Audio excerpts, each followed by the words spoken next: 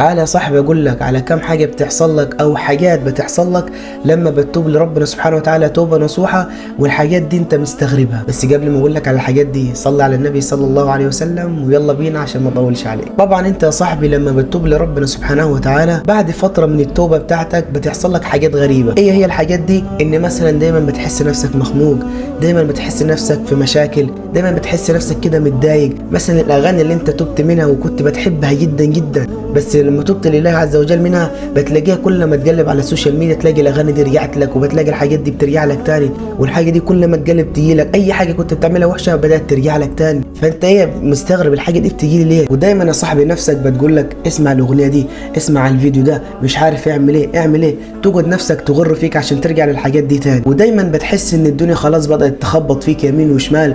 انت المفروض طبعا يا عم انا تبت لربنا سبحانه وتعالى، يعني المفروض ربنا يفتح علي، المفروض الدنيا دي توسع قدام. تعال اقول لك يا صاحبي على 3 آيات في كتاب الله هيفهموك على كل حاجه. بسم الله الرحمن الرحيم،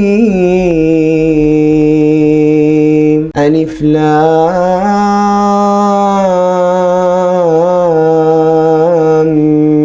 ميم، أحسب الناس أن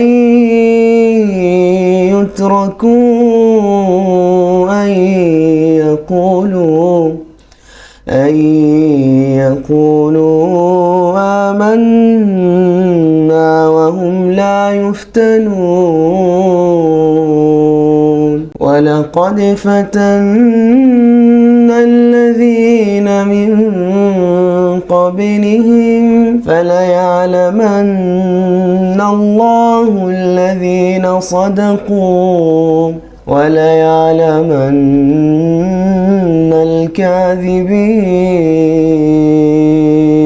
فلا يعلمن الله الذين صدقوا ولا يعلمن الكاذبين. فاوعى تظن يا صاحبي انك بعد ما تبت لربنا سبحانه وتعالى ان خلاص مفيش حاجه هتجرى لك، مفيش حاجه هتحصل لك، مفيش حاجه هتفتن بيها. لا، ده انت هتفتن، وهتفتن في الاغاني اللي انت بتحبها، وهتفتن في الفيديوهات اللي انت بتحبها، عشان ربنا سبحانه وتعالى بيختبرك، بيشوف صبرك. يا ترى انت فعلا تبت لربنا سبحانه وتعالى توبه نصوح ولا رجلك هتزل وهتوجع؟ فكل ما يا صاحبي تيجي تفكر ترجع للاغاني او ترجع للحاجات اللي انت بتعملها افتكر الايه دي وبس كده يا صاحبي.